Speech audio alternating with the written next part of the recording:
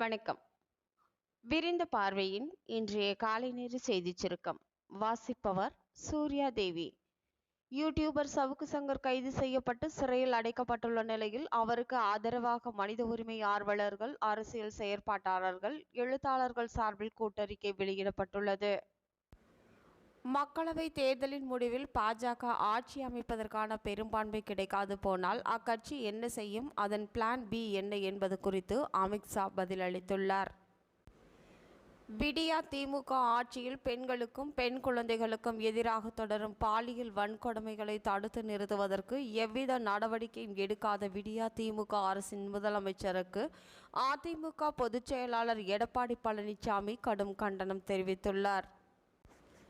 ஊரக உள்ளாட்சி பதவிகளுக்கான தேர்தல்கள் தொடர்பான பூர்வாங்க பணிகள் நாடாளுமன்ற தேர்தலுக்கான நன்னடத்தை விதிகள் முடிந்த பிறகு துவங்கப்படும் என மாநில தேர்தல் ஆணையம் தகவல் தெரிவித்தது. காங்கிரஸ், சமாஜ்வாதி கட்சிகள் அதிகாரத்துக்கு வந்தால் அயோத்தி ராமர் கோவிலை புல்டோசர் மூலம் இடித்து விடுவார்கள் எனவும், கடவுள் ராமர் மீண்டும் கூடாரத்துக்குத்தான் போய்விடுவார் எனவும் தேர்தல் பிரச்சார கூட்டத்தில் பிரதமர் மோடி பகிரங்கமாக குற்றம் சாட்டியுள்ளார்.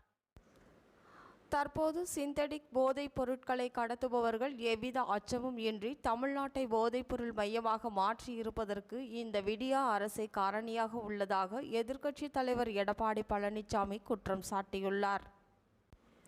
பிரதமர் நரேந்திர மோடி பெரும்பான்மையுடன் வென்று மீண்டும் பிரதமராக பதவியேற்பார் என்றும், 2024-25 ஆண்டுக்கான முழு பட்ஜெட்டிற்கான பணிகள் புதிய அரசு அமைந்தவுடன் தொடங்கப்படும் என்றும் பாஜக நம்பிக்கையாக உள்ளதாக நிதியமைச்சர் நிர்மலா சீதாராமன் தெரிவித்துள்ளார்.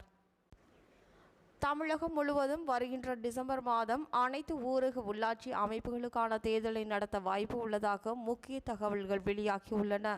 இது தொடர்பாக முதல்வர் மு.க.ஸ்டாலின் அவர்கள் முக்கிய ஆலோசனை மேற்கொண்டு வருவதாக கூறப்படுகிறது. இத்துடன் இன்றைய செய்திச் சுருக்கம் நிறைவு பெறுகிறது.